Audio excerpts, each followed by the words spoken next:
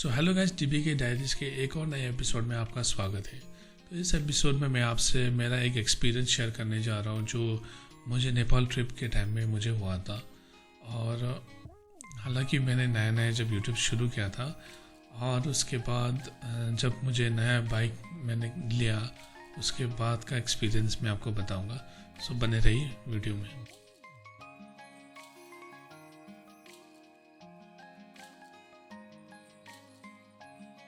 सो हुआ है गाइस कि मेरे पास पहले होंडा एक्टिवा 125 स्कूटी था, आपको पता ही है। बहुत अच्छा स्कूटी था। बट देन मुझे थोड़ा सा जब मैंने वीडियोस वगैरह देखना किया तो मुझे एक यूट्यूब मोटो ब्लॉगिंग का मुझे थोड़ा सा शौक।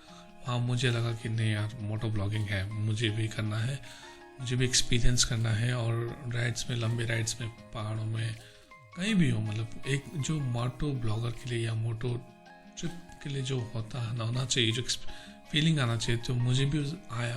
बाकियों को देखे एक इंस्पिरेशन जैसा मिला और इसी के चलते मैंने बाइक लेने का सोचा। सो पहले सोचा था कि मुझे पहले बहुत पसंद था ये बजाज डोमिनार 400, बहुत पसंद था मुझे, तो मुझे बहुत अच्छा लगा था। तो जब मैं लेने के लिए गया तो काइंड ऑफ लाइक बजट से थोड़ा बाहर जा रहा था, क्योंकि आपको पता है कि बजाज डोमिनार 400 आपका तकरीबन 3.5 लाख या 4 लाख तक पहुंचता था ऑन रोड करके। सो और जहाँ मैंने लेने के लिए गया था तब इस स्टॉक में था भी नहीं। सो किसी सूरत फिर मेरा जो दोस्त था, मैं हमेशा आपको बोल रखा हूँ, इसने भी संगामी, वो नागालैंड से है और he has been my rider, मेरे साथ ही राइड करता है। तो उसने सजेस्ट किया रॉयल एनफील्ड को लिए। तो शुरू में मुझे इतना रॉयल एनफील्ड के लिए इतना मुझे मतलब था नहीं, इतना क्रेज़ था नहीं। अवसला किया, सिंपल सा है, क्लासिक डिज़ाइन है एकदम, कुछ है नहीं उसमें, क्या करना है। तो मैंने भी छोड़ा, लेकिन बाद में देना रियलाइज़ की उसने बोला कि नहीं भाई, लो देख ले, एक बार एक्सपीरियंस कर ले। तो वैसे तो लेह लद्दाख के लिए जो राइड्स होते हैं वो मतलब बुलेट में होता है, तो मैंने भी बोला चलो ले लेते हैं। तब ये क्लासिक रिबॉर्न 350 आया था।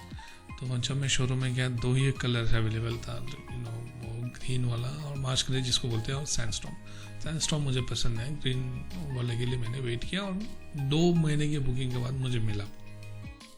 तो फाइनली जब मुझे मिला, बाइक जब आया तो चलाने के बाद पहले तो डर लगा, लेकिन बाद में प्रैक्टिस के साथ साथ वगैरह मैं सीख गया फिर। और उसके बाद जब नेपाल का ट्रिप कैसे बना बोल लीजिए, हम ऐसे राइड कर रहे थे। अब मैं शिलोंग से जब हेल करता हूँ तो शिलोंग में आप आए होंगे, बहुत सारे मोटर ब्लॉगर्स आए हैं, एक्सपीरियंस किए हैं और उन्होंने एक्सप्लोर किया है, तो मैं भी घूमते रहता था। देन सडनली प्लान हुआ कि चलो नेपाल चलते हैं, है ना। तो मेरा जो दोस्त था हंगामी, उसने और मैंने डिसाइड किया बैठे बैठे ऐसे चाय पीते पीते कि भाई चलो यार चलते हैं, नेपाल चलते, नेपाल घूम के आते हैं। तो वैसे हमारे पास मैंने प्लान किया। और हालांकि मेरा फर्स्ट मोटर ब्लॉगिंग डेस्टिनेशन था, तो फिर मुझे चाहिए था कैमरा। तो कैमरा के लिए मैंने क्या किया, मैंने गोप्रो सर्च करना शुरू किया और मैंने अमेज़ॉन से गोप्रो हीरो 8 मैंने खरीदा। तो ये देखिए कि मतलब जिस दिन मैंने खरीदा गोप्रो 8, नेक्स्ट दिन तो आ गया मेरे पास, लेकिन आने के बाद वो लाइक 2-3 जब मैंने स्विच ऑन किया तो उसके बाद वो ऑफ ही हो गया, रह गया, मतलब वो परमानेंटली ऑफ रह गया। शायद वो ख़राब पीस था या क्या था, मुझे पता नहीं। तो अब जैसे परसों के लिए राइड निकलना है और आज मैंने गोप्रो मंगाया तो वो ख़राब हो गया। फिर मैंने जब अमेज़ॉन में अपने अकाउंट से जब रिप्लेसमेंट के लिए देखा तो देखा कि कल ही डिलीवर हो जाना है दूसरा जो रिप्लेसमेंट पीस, मैंने ऑर्डर कर दिया और नेक्स्ट दिन आ गया। आने के बाद फिर क्या हुआ कि हम राइड के लिए रेडी हो गए। और आपको ये बता दूँ कि मेरे पास राइड के लिए कोई एक्सपीरियंस था नहीं। एक मैंने बाइक खरीदते हुए क्योंकि मैंने एक्सॉर का हेलमेट लिया था, वो ज़रूरी था। बाकी मेरे पास ना राइडिंग जैकेट था, ना राइडिंग पैंट्स था, ना बूट था, ना मेरे पास प्रॉपर लगेज सिस्टम भी नहीं था। बट एक ये है ना कि मतलब अंदर जुनून हो गया कि नहीं, जाना है तो जाना है। तो फिर ऐसे मैंने एक नॉर्मल सा एक जैकेट था मेरे पास, लेदर का जैकेट, तो मैंने वो लगा दिया। उसके बाद एक जॉगर्स पैंट लगा लिया और जो मिलिट्री बूट्स आते हैं मैंने वो पहन के हमने राइड शुरू कर दिया। तो वीडियो में आप देख लेना, जब मैं आपको आई बटन में लगा दूंगा, उसमें पूरा मेरा नेपाल ट्रिप का है। तो हमने एज इट इज़ लाइक हमने जर्नी कर दिया। तो फर्स्ट जर्नी था हमारा, हम शाम को निकले थे। तो शिलोंग से हम जब निकले हमने हॉल्ट किया बोगाईगांव बोल के आसाम में एक जगह है, शिलोंग से 250 किलोमीटर दूर है। वहाँ पे जाके हमने हॉल्ट किया रात को, यहीं पे होटल में रुके, खाना वाना खाए। तो डे 1 आपका ऐसे ख़त्म हो गया। फिर डे 2 में हम फिर बोगाईगांव से हम गए सिलीगुड़ी, जहाँ पे हमारा एक फ्रेंड था जो भीम, उस फ्रेंड का नाम है, आप वीडियो में देख सकते हैं। तो उन्होंने मेरे साथ ज्वाइन किया, हमारे ग्रुप में ज्वाइन किया। और हमने उस दिन सिलीगुड़ी में जाके फिर वहाँ से कांकरवेता गए। कांकरवेता से हमने बंसार वगैरह बना लिया।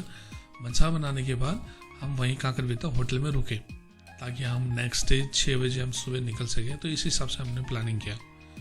तो जैसे ही नेक्स्ट डे शुरू हुआ, हमने एज इट इज़ अपना जो प्लान के हिसाब से हमने हमने राइड वगैरह स्टार्ट किया और बहुत अच्छे से चला राइड। हमने इन्जॉय किया बहुत सारा। रात को हम तकरीबन 10 बजे हम पहुंच गए पोखरा। तो पोखरा से प्लान ये हुआ कि हम चलेंगे बागलुंग। बागलुंग एक बहुत अच्छा विलेज है, बहुत सुंदर विलेज है। तो वहाँ तक हम गए, बागलुंग गया, खाना वाना खाए। तो यहाँ पे ट्विस्ट ये है कि जब हम बागलुंग में बैठ के जब हम होटल में खाना खा रहे थे, तो मैंने विंडो, जो होटल का विंडो है, हम टॉप फ्लोर में बैठ के खा रहे थे। तो जो होटल का विंडो है, वहाँ से मुझे मुस्तांग जाने का मुझे रोड दिखा, जो ऑफ रोड होता है। जैसे कि हम जब बागलुंग के लिए जब रास्ते में से आते हैं, जो हाईवे से हम पहुँचते हैं, तो एक रास्ता जो राइट साइड जाता है वो मुक्तिनाथ, बेनी से मुक्तिनाथ की तरफ जाता है। और एक जो लेफ़्ट रोड है वो ऐसे लेफ़्ट घूम के पहाड़ के ऊपर से अपना बागलुंग पहुँच जाते हैं। तो वहाँ से मुझे दिखा मुस्तांग का रोड।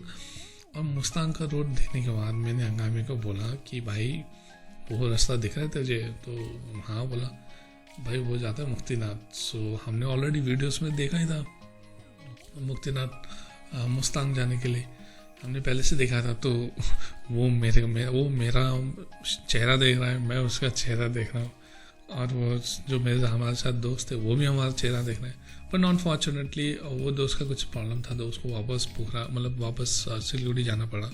बट हमने अंदर ही अंदर हमने डिसाइड कर लिया, भाई इतना दूर आ गया तो मुस्तांग तो जाना पड़ेगा, हमने ये डिसाइड कर लिया। तो क्या हुआ, फिर हम आए पोखरा, वो दोस्त को छोड़ने के लिए। उसका कुछ पर्सनल काम था, तो इसलिए वो वापस चला गया। फिर उसको जब छोड़े, नेक्स्ट डे हम तैयार हो गए मुस्तांग के लिए। तो मुस्तांग के लिए हमें इतना पता नहीं था कि परमिट वगैरह चाहिए। सुना तो था कि परमिट चाहिए, बट इतना नहीं पता था कि मतलब कहाँ से पोखरा में मिलेगा नहीं मिलेगा। हमने बोला छोड़ो यार, चलते। हमने बस अपना बाइक वगैरह बाइक में मतलब लगेज, जितना जो अवेलेबल लगेज था हमने वो कलेक्ट किया, बाइक में बांधा, और हम चलते सुबह 6 बजे निकल गए। 6 बजे इतना बारिश मैंने इतना बारिश ज़िंदगी में नहीं देखा, जितना बारिश हमने उस टाइम जो एक्सपीरियंस किया, इतना बारिश। तो जब हम राइड चले, इसके बाद जब हम आप वीडियो में देख सकते हैं, मैं आई बटन में डाल दूँगा आपको, बेनी जाने का वो ऑफ रोडिंग शुरू हो जाएगा। फिर भाई जो ऑफ रोडिंग में मज़ा आया, उसके बाद धीरे धीरे हम पहुँचे कागबेनी पहुँचने के बाद फिर वहाँ से हम धीरे धीरे इंक्लाइन लेना शुरू हुआ। इतना अच्छा मतलब रोड वैसे बन रहा था, कीचड़ वगैरह था, बहुत कीचड़ था, रोड बन रहा था, कंप्लीट नहीं था। जैसे आज मैं अभी देख रहा हूँ, जो भाई लोग अभी गए हैं मुक्तिनाथ में या मुस्तांग में, उनका वीडियो में देख रहा हूँ कि रोड काफ़ी अच्छा हो गया। लेकिन जब मैं गया था उस वक्त था नहीं। तो हमने जैसे हमने इंक्लाइन वगैरह शुरू किया, और भाई साहब जैसे हम एक पहाड़ का एक कॉर्नर जैसे ही हम टर्न ले रहे थे, इतना अच्छा मतलब व्यूज़, इतना सीनिक व्यूज़, तो मतलब क्या ही बोलूँ यार। और लाइक पैचेस भी इतना डरावना पैचेस भी था, मतलब ऑफ रोडिंग, उसके बाद बरसात शायद होने वाला जैसा था। तो हम तकरीबन मतलब बीच में ही गए थे, उतना भी नहीं था बट था। फिर वहाँ से हम जैसे घासा पहुँचे तो पता चला परमिट बनाना पड़ेगा। फिर परमिट के लिए हमने पे किया था अराउंड 4000 नेपाली रुपीज़ हमने किया था, 4000 नेपाली रुपीज़, क्योंकि हमसे हमारा एक आदमी का मतलब 2000 लिया था। जबकि अगर हम पोखरा से करते तो हमको पड़ता 1000 रुपये पर हेड, लेकिन घासा से करने की वजह से हमको मतलब वहाँ पे हमको 2000 देना पड़ा, 1000 एक्स्ट्रा। फिर भी वैसे जो जाना चाहे तो वो पोखरा से कर सकते हैं। वैसे हमको तो मिला नहीं, हमको तो मतलब कोई ऑप्शन था नहीं, हमको तो लेना ही पड़ा।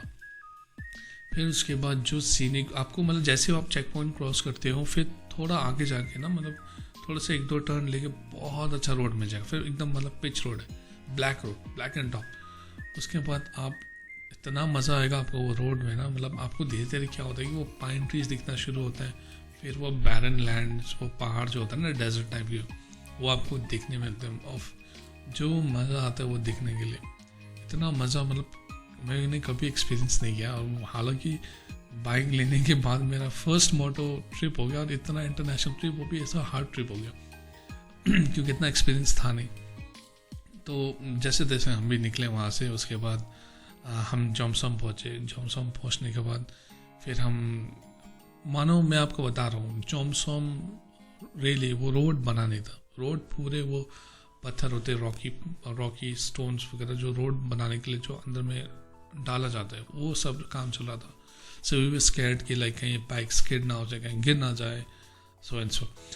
तो हमने जोमसोम भी क्रॉस कर लिया। शाम के 4 या 5 बज रहा था उस टाइम। तो हमको ये भी डर था कि हम पहुँचेंगे कि नहीं, क्योंकि मैप तो दिखा रहा है मतलब थोड़ा सा किलोमीटर बचा है, लेकिन ग्राउंड में तो मतलब जो एक्चुअल में जो हम चल रहे हैं उसमें तो रोड के हिसाब से तो बहुत लंबा लग रहा है। तो जैसे तैसे हम चलते रहे। फिर लास्ट में जाके हमको मिला कागबेनी। कागबेनी से क्या होता है कि आपका रोड डाइवर्ट हो जाता है। 2 रोड होता है, एक रोड जाता है अपर मुस्तांग और एक जाता है लोअर मुस्तांग। तो जो मुक्तिनाथ आपका है वो लोअर मुस्तांग में पड़ता है, और अपर मुस्तांग में जाने के लिए आपको गवर्नमेंट ऑफ नेपाल को एक परमिट देना पड़ता है $500 का। सो बहुत बड़ा अमाउंट है वो। तो हमने जाना था लोअर मुस्तांग में, तो हम कागबेनी से हम राइट ले लेते हैं। उसके बाद हम चलते गए, हम इंक्लाइन लेते गए, और मानो मतलब लैंडस्केप ऐसा चेंज हुआ कि मत पूछो कि लाइक कितना अच्छा लगा हमें। तो जैसे तैसे हमने धीरे बाइक राइड करते हम फाइनली ग्रीनरी दिखना शुरू हुआ, क्योंकि लोअर मुस्तांग वाला वो village Jharkot, if I am not wrong, Jharkot, yes, Jharkot village आ जाता है। और लास्ट एंड में जाके आपको जहाँ पे रोड ख़त्म होता है वहाँ पे आपको फिर मंदिर आपका शुरू होता है मुक्तिनाथ। तो मुक्तिनाथ मंदिर हम गए। उसके बाद मैंने भाई साहब ने तो कुछ किया नहीं उसने, बट मुझे लगा कि यार डुबकी तो लगता है ठंडा होने से भी, तो मैंने डुबकी वगैरह लगाया, 108 धारा का पानी से नहाया। और मानो जब वो जो ठंडा पानी जब इस सर में लगता है ना, ऐसा लगता है कि मतलब मानो यार बर्फ़ का गोला ला के मतलब सर में डालते, ऐसा ठंडा था। बट एनी हमें बहुत अच्छा लगा एक्सपीरियंस वहाँ पे, मतलब जो वहाँ का हिल, वहाँ का हवा पानी, आदमी लोग, बहुत अच्छा लगा। फिर वापस आते वक्त हमने फिर क्योंकि वापस तो हम जा नहीं सकते उसी हिसाब से आए थे हम, तो वापस जाते वक्त हमने वहाँ पे एक होटल में रहा। तो होटल का किराया भी बहुत सस्ता था, we paid around 500 Nepali rupees. So मैं जानता नहीं कि मतलब ये रेट ही ये है या क्या है, but I think due two off season में भी रेट सस्ता था। तो हमें रूम का हमको 500 पड़ा था, और डबल रूम नहीं, सिंगल रूम मतलब डबल बेड वाला। बट हाँ, खाना थोड़ा सा मतलब 600 पर प्लेट के हिसाब से था खाना। सो लेकिन खाना वॉज वर्थ 600, मतलब बहुत ही अच्छा खाना, बहुत ही अच्छा। तो ऐसे हमारा मुक्तिनाथ राइड हम रात को हुआ, और रात को हम सोए अच्छे से नींद से। फिर नेक्स्ट डे हम 6 बजे वहाँ से निकले, फिर वापस पोखरा आए। पोखरा में फिर बाकी वर्ड्स मतलब जो फेवत लेक वगैरह है हमने वो वगैरह एक्सप्लोर किया। फिर थोड़ा बहुत जो दाएँ बाएँ साइट सीन्स वगैरह हमने किया, और उसके बाद हम निकले फिर पोखरा से, फिर हम सिलीगुड़ी, फिर उसके बाद नेपाल, फिर ऐसे। तो ऐसे करके मतलब मेरा नेपाल ट्रिप वगैरह कंप्लीट हुआ। तो अभी एक प्लान कर रहा हूँ मैं, तवांग ट्रिप के लिए प्लान कर रहा हूँ, बट पिछली बार भी मैंने अच्छा से प्लान किया था, बट किसी कारण से वो कैंसिल हो गया। सो है दोस्त का थोड़ा सा कुछ प्रॉब्लम आ गया था। तो अभी मैं नहीं मानता कि मैं इतना सोलो एक्सपर्ट हूँ कि मैं सोलो कर सकता हूँ। सो इसीलिए मैं सोलो नहीं करना चाहता, और मैं चाहता हूँ कि मेरा वो जो दोस्त था वो भी साथ चले। सो अभी होपफुली अभी जो अपकमिंग डेज में अगर मेरा चला प्लान बन जाता है तो बहुत ही अच्छा, अगर प्लान बनता है तो फिर मैं आपको वीडियोस वगैरह पक्का मैं अपडेट करते रहूँगा। सो आपसे रिक्वेस्ट है कि मेरा चैनल DBK डायरीज को प्लीज़ सपोर्ट करें, और you know all I can say is that please subscribe to my channel DBK diaries, जिससे मैं आपको ऐसे वीडियोस लेते आ सकूँ। सो टिल देन के लिए बाय बाय।